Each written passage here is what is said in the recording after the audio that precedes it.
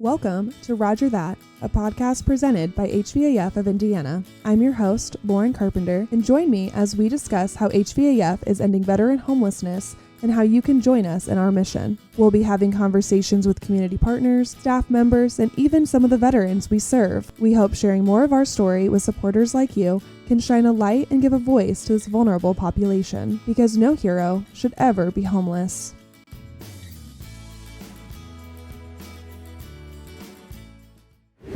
HVAF's Food, Clothing, and Hygiene Pantry is open for veterans on Tuesdays and Thursdays from 11:30 a.m. to 2:30 p.m. Before COVID, we were seeing around 100 veterans per month, and now we're seeing more than double, with a record high in July of 258 veterans. As we see an increase in visits, donations to our pantry are more critical than ever before. Thankfully, we have many partners around the community that help us stock the pantry. One of them is Gleaners Food Bank of Indiana, who helps keep our shelves full of essential food items. And today on Roger That, you will meet Gleaners CEO Fred Glass. Fred became the president and CEO in 2022, and it's the largest food bank in Indiana and part of the National Feeding America network. Before coming to Gleaners, Fred has been recognized as a prominent Indianapolis attorney and civic leader who has served Indianapolis and the state of Indiana in a variety of ways. In addition to working for local law firms, he also served as vice president and athletic director for Indiana University from 2009 to 2020, where he led a cultural and physical rebuilding of the athletic department, including record-setting academic, athletic, fundraising, physical management, and facility successes, as well as a nationally recognized commitment to rules compliance and the holistic development of the students under his charge. Fred has also served as president of the Marion County Capital Improvement Board, where he led successful negotiations to keep the Colts in Indianapolis, regularly host NCAA Final Fours, develop what became Lucas Oil Stadium, and dramatically expand the Indiana Convention Center. Fred also led the effort for Indianapolis to host the Super Bowl, laying the groundwork for its successful 2012 bid. Fred previously served as Chief of Staff to Indiana Governor Evan Bayh and was a law clerk for Judge S. Hugh Dillon for the U.S. District Court for the Southern District of Indiana. He graduated from Indiana University in 1981 and its McKinney School of Law in 1984, cum laude. His memoir, Making Your Own Luck, From a Skid Row Bar to Rebuilding Indiana University Athletics, is a powerful story focusing on personal empowerment and values-based leadership. Fred writes movingly about his father's efforts to feed the hungry at his bar, including a young Fred and his family having holiday dinners at the bar with patrons who had nowhere else to go. His decades of leadership to the community has led him to now successfully leading Gleaners and serving those in need all over Indiana in major ways. And here's your chance to hear from him now. Here's my conversation with Fred Glass.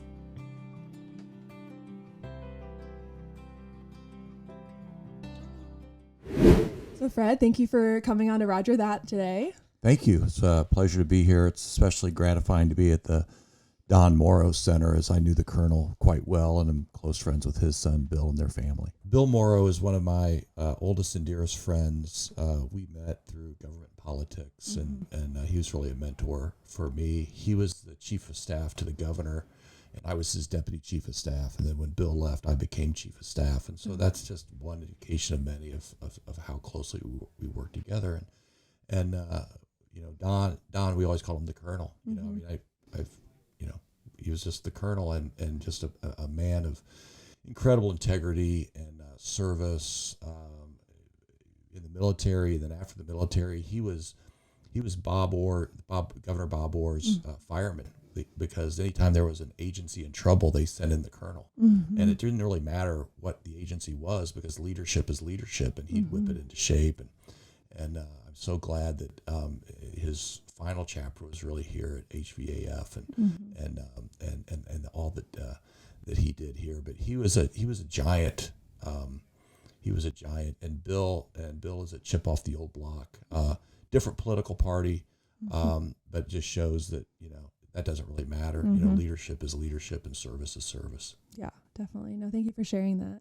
I know you had kind of quite an extensive career before coming on to Gleaners, in law and in politics and sports. So why would you say you made that switch then to nonprofit? Yeah, some people, that's a kind way to describe it. Some people say I just can't hold a job. And it has been, fairly eclectic, but I think the the thread that runs through it is really service and leadership. And so what does intercollegiate athletics have to do with, food security, have to do with public service, government work, and so forth. And for me, it really comes down to service and the opportunity to lead in providing that service.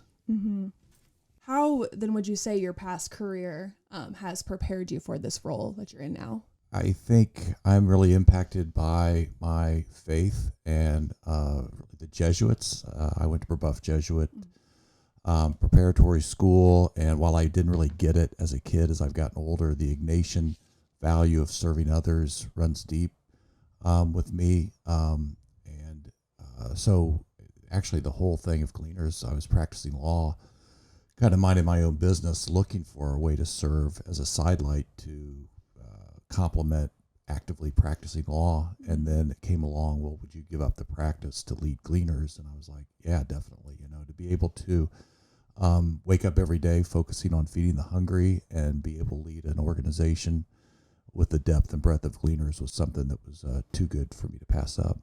Yeah, that's what, I've been a nonprofit for about 7 years now. And it just, you can always feel good when you go home that day, knowing that you made some sort of difference in someone's life. So it's definitely a rewarding feeling. And it's great to work with people. I mean, the mission runs deep with every single person at Gleaners. We have 125 employees, and whether somebody's driving a truck or working in the freezer or raising money or whatever, it's a mission. And I like mission. The colonel could appreciate that. I like working for organizations that it's more than a job, it's a mission, and intercollegiate athletics and IU was that way. When I worked for the city, that was that way. Pursuing the Super Bowl was that way, and certainly Gleaners is that way. Yeah. And I know you've written a memoir called Making Your Own Luck, From a Skid Row Bar to Rebuilding Indiana University Athletics. So in that memoir, you talk about how your dad fed the hungry at his bar. So could you share just a little bit more about experiencing that growing up, and then how that shaped who you are today and in the role you're in today?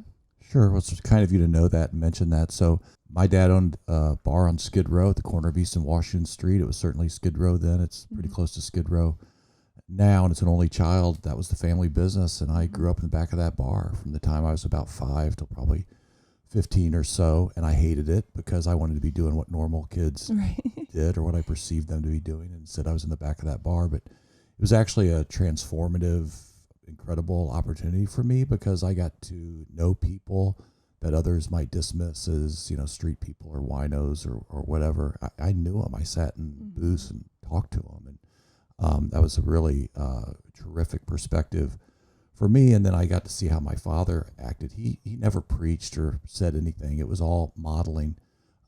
We had all of our holiday meals at the tavern, Thanksgiving, Christmas, and Easter, because on Skid Row, Sunday's the loneliest day and holidays are even worse. And so we didn't go to grandma and grandpa's. Mine were all gone. We didn't have Friendsgiving or anything. We were down at the tavern. And so I think Dad would be pleased that it's kind of come around that I'm involved in feeding people. He put a steam table in the tavern and really had healthy foods there.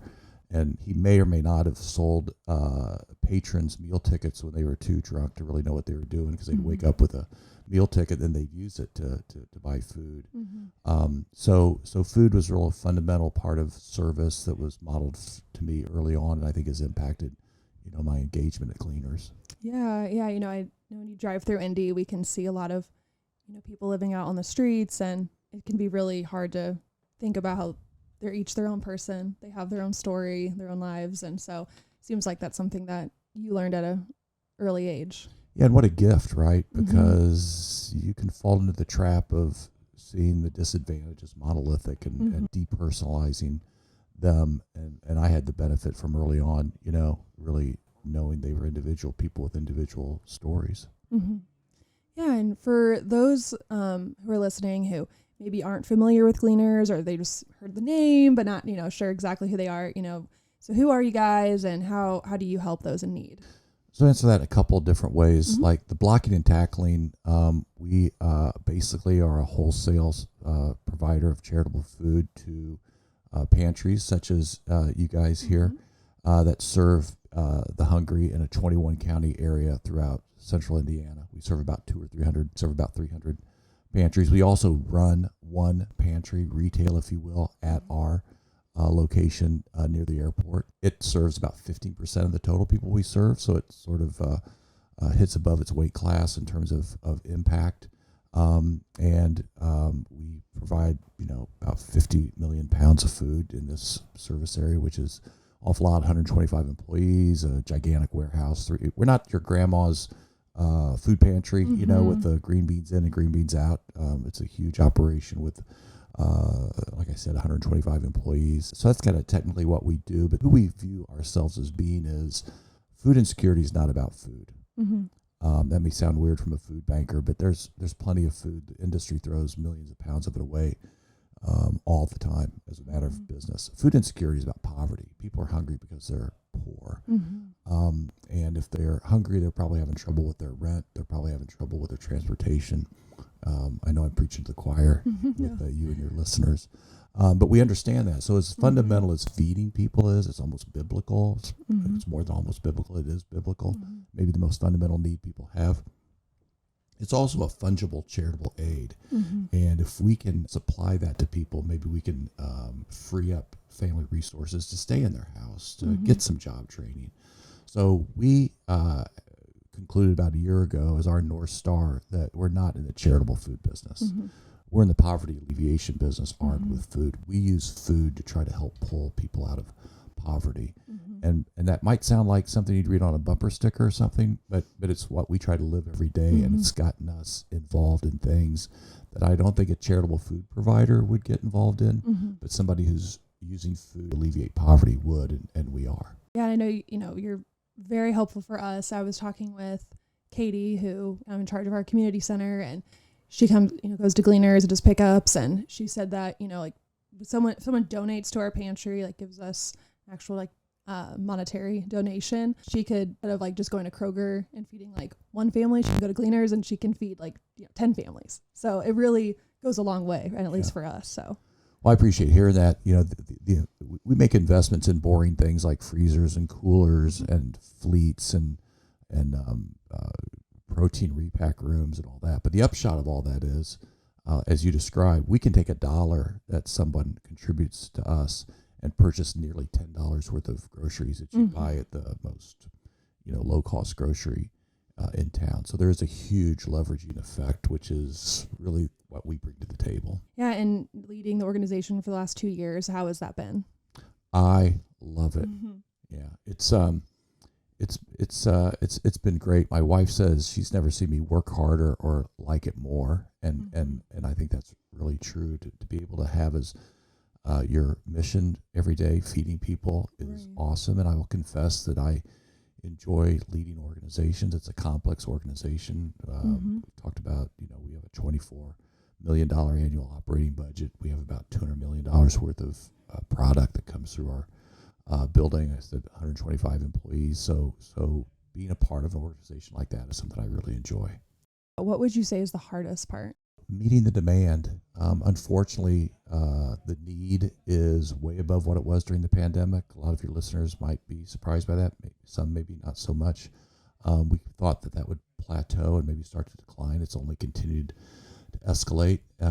We rely on philanthropy for most of our funding, and our donors are extremely generous, and we're doing really well in that regard. But we can't keep relying on that to meet this increasing need. So it's led us to be involved in some other things, diversify our revenue stream, and use technology to become more efficient. So like a lot of probably you guys and other service providers, it's a growing need with limited resources, which requires us to be innovative.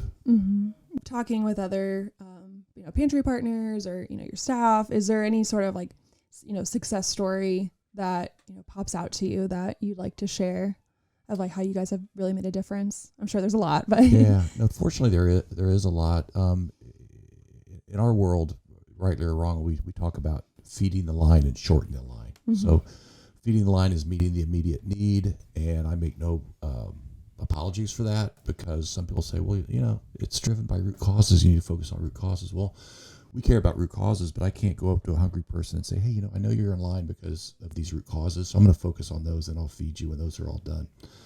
And I don't mean to be too facetious about that, but we focus on feeding people unabashedly. Secondly, we want fewer people to be in need, right? We want to shorten the line. So we do that by providing, much like you guys, wraparound services, advocacy, to try to help government maybe play more of the role it should be playing to help people in need. But the cool thing for me is to actually use food as a charitable aid to shorten the line by feeding the line. And so here's the story you asked me for. Our pantries drive through. The numbers we have require us to use, cars to come through, and it's actually more dignified for our neighbors. They like it. They like it better. But we had older couple that rode their bikes in the drive-through, and they would come in and we'd fill like Target bags, full of as much food as possible, and put it on their handlebars, and they kind of waddle off into the night, and we'd say a little prayer for them that they made it. And every week they'd come back by on their bikes. And then they started saying, hey, Joey Inskeep, who was our pantry assistant manager at the time, we're gonna come up someday in a truck, and you're gonna be really proud of us. He's like, yeah. You hear a lot of stuff in line. So week after week, month after month, bikes, no truck, until one day, voila, they're in a truck. And they said, Joe, are you proud of us? He goes, what's going on? And they said, we literally took the money that we would have spent on groceries, put it in a jar until we could save up enough money to buy this truck. Now we bought the truck, and because I have transportation, I have a job, and we're not going to be coming around anymore. And they haven't been around for a year. If I was in the charitable food business, I might be irked by that, because they had the money to buy food. They could have bought food. Sure.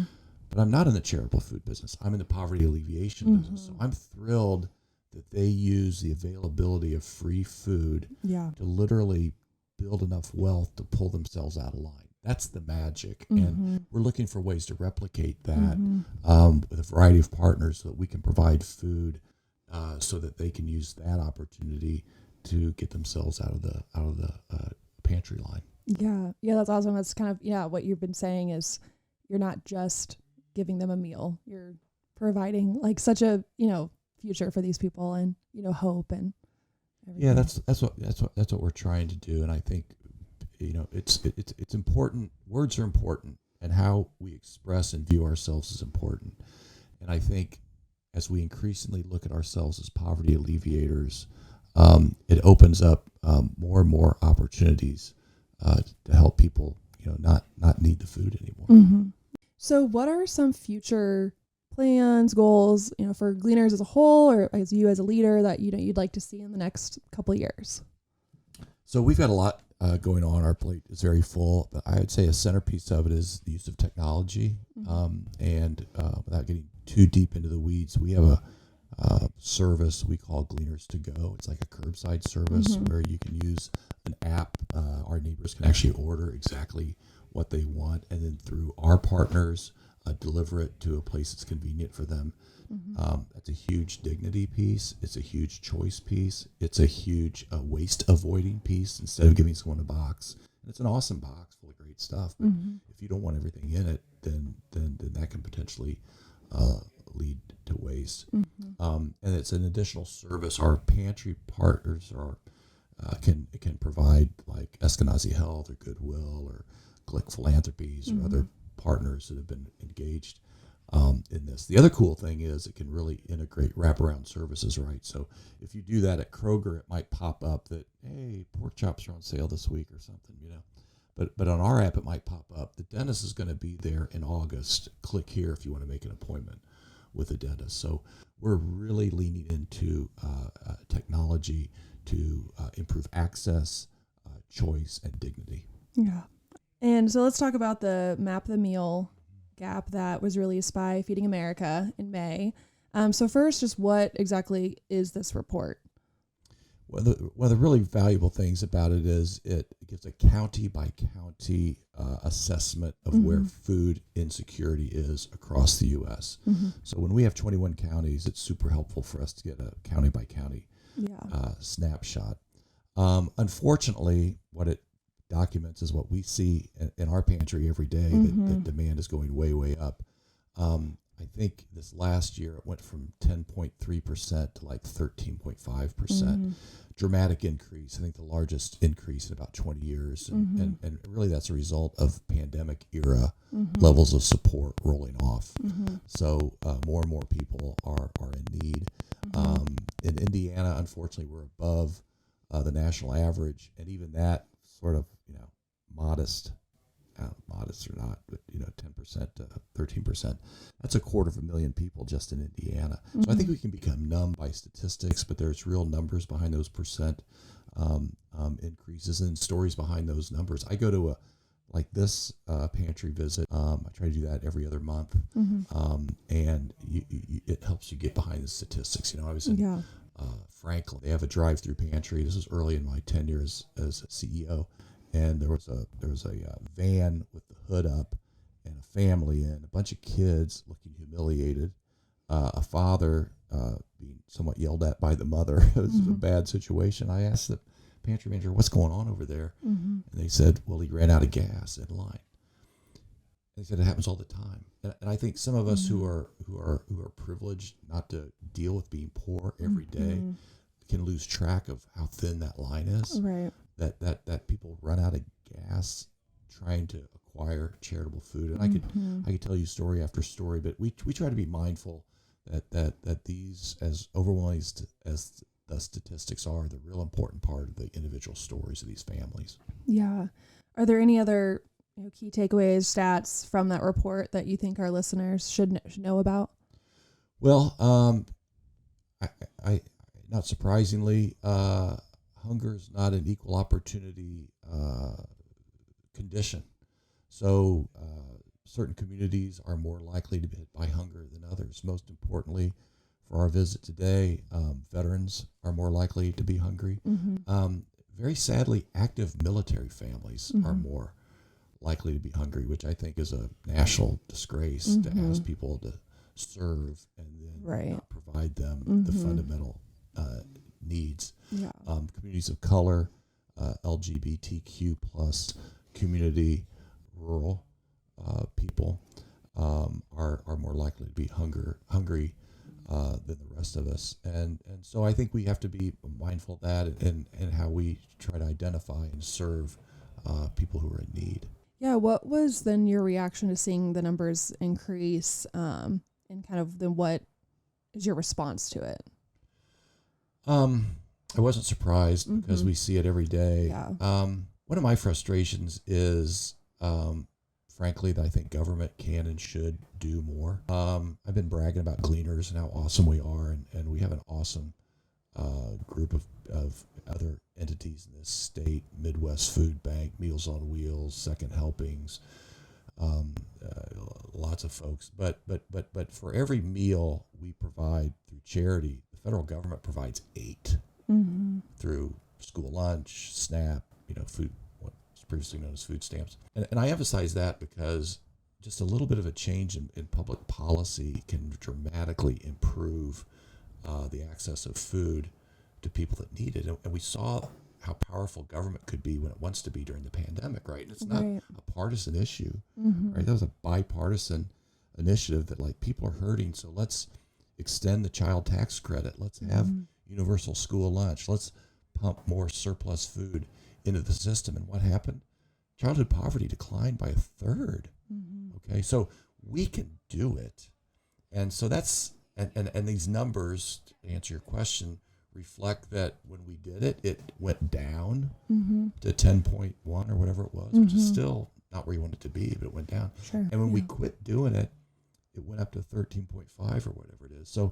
So I'm encouraged that that's sort of a prove the case that it can work. And I hope policymakers will embrace that, do more, because this is a soluble problem. We can solve hunger if we have the will. Definitely. And for people listening, you hear these numbers, might just sound like, well, there's really nothing I can do about it. But how would you encourage them to be able to help others that are in need? Well, first I'd say if you're in need, don't suffer quietly. There are resources available. You can go to Gleaners.org, our website, and identify where a pantry is near you. We want to find people in need, and you don't have to be in abject poverty, literally starving. If you don't know where your food's coming from for this upcoming weekend for your family, let us help. If you're fortunate enough to be food secure, frankly, financial support is critical to us, and we promise to be great stewards of those resources. Like I said, we can take $1 and turn it into nearly $10 worth of food for people in need. If you're interested, volunteer. We need volunteers. We can't operate without volunteers. It's easy for me to say, but I think our volunteers get a lot out of that themselves in terms of community and satisfaction of serving. So I think financial support, volunteering, but please, if you or a neighbor are food insecure on an ongoing or temporary basis, please let us help. Yeah, we definitely see that here, especially veterans. They don't want to, ask for help. They have that pride and, don't want to have to rely on others. And so I think that is, important to share that, if you are suffering, I liked what you said, don't suffer quietly. We want to help. Well, everybody deserves to have food. Mm-hmm. It's a fundamental human dignity. Right. As a country and as human beings, we ought to care about that. And no matter what anyone's circumstances, they deserve to have food. Veterans is that on steroids, right? These are folks, and I'm preaching to the choir. They deserve it. They've earned it, and because they are who they are, sometimes they hide that under a bushel basket or don't share that. I was at a pantry, it was a rural pantry, and they at the front door they would have veterans recognition benefit, and the back door was a pantry, and basically they were encouraging people to come in as their status as veterans so they could serve them like they serve other people, in the pantry. So, I hope particularly our veterans recognize that this is something their country owes them, and not any kind of charity for them. Mm-hmm. And what does it mean to you to have pantry partners, such as HVAF, to help, feed the hungry and further your mission? Well, that's who we serve, right? So that pantry partners like HVAF can serve people in need. You are our customers, and HVAF is the gold standard in some ways because of the way you embrace holistic service, right? So we want to feed people, but like I said before, it's an issue of poverty. So if they're needing food, they're needing other services, and you guys do such a great job of providing, wraparound services, and I've got a sign on my wall in my office that says, if you feed them, they will come, which is a reminder to me, the responsibility that we have when people come to us for food. That can be an entry way to identify them to provide other services. You guys just do a great job with that, and really so happy to have you in our community. Yeah, we're happy to be part of your community as well. Is there anything else that, you want to share that you think we, missed, or, that you would want our listeners to know? I'm just grateful for what you guys do. I'm really appreciative to be invited here. I love driving down Pennsylvania and seeing the Colonel's name on the side of your building, and hearing this beautiful library with his books. It makes me feel closer to him, and I appreciate you guys being so true to his legacy. Yeah, definitely. Well, we appreciate you taking time to talk with us and share more about what you do and what Gleaners does, and we just thank you so much for your guys' service to those in need. It's our great honor and privilege. Thank you. All right, that wraps up this episode of Roger That. Thank you so much for listening. If you haven't already, please be sure to subscribe to Roger That on wherever you get your podcasts. And be sure to follow us on social media at HVAF of Indiana. And for even more stories on HVAF and the veterans that we serve, check out our blog on our website at hvaf.org. Thank you, and until no hero is homeless, we'll see you next time on Roger That, a podcast presented by HVAF of Indiana.